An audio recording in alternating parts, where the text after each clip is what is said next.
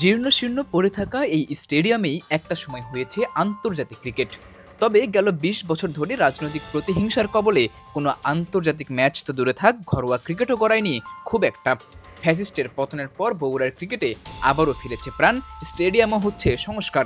দিনরাত পরিশ্রম করে কাজ করছেন মাঠকর্মীরা। এরই মধ্যে স্টেডিয়াম পেয়েছে নতুন রূপ। গ্যালারিটা সেজেছে নতুন করে, চারিপাশে করা হয়েছে রং। ভেতর থেকে বাহির, মাঠকর্মী থেকে অফিসিয়াল, সবার মধ্যেই তাই কাজ করছে উচ্ছ্বাস। তবে মুদ্রার উল্টো পিঠও আছে খানিকটা। এনসিএল শুরুর একদিন আগেও যে শেষ হয়নি সংস্কার কার্যক্রম, প্রেস বক্সটাও হয়নি ঠিক, ফ্ল্যাট লাইটেও জ্বলবে না আলো। কিন্তু কেন এমনটা খুঁজতে গেলেই সামনে আসে বাজেট ইস্যু। ভাঙাচুরা স্টেডিয়াম কিছুটা রঙিন হলেও তার বাজেট নিয়ে তেমন কোনো ধারণা নেই জেলা ক্রীড়া সংস্থার, কারণ পুরোটাই করছে বিসিবি। কিন্তু স্টেডিয়াম সংস্কারের কাজ তো জাতীয় ক্রীড়া পরিষদের।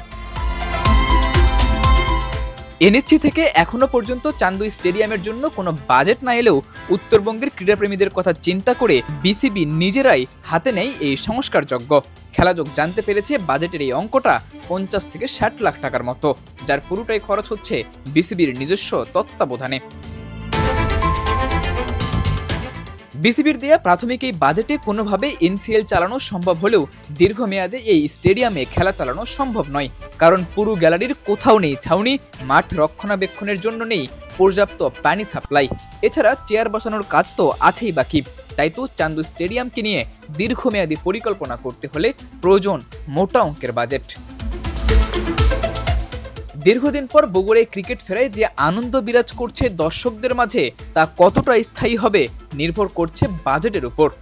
আধুনিক প্রেস বক্স, উন্নত মানের ড্রেসিং রুম আর গ্যালারিতে চেয়ার বসানো গেলে এই স্টেডিয়ামটি হতে পারে দেশের ক্রিকেটের বড় এক সম্পদ। কারণ চান্দু স্টেডিয়ামের উইকেট যে দেশ সেরা ব্যাটারদের কাছেও বড্ড প্রিয়। এমন মাঠ আর পিচ দেশের অন্য কোথাও পাওয়াটা বেশ কঠিন। সাদাতুর রাফি, ৭১।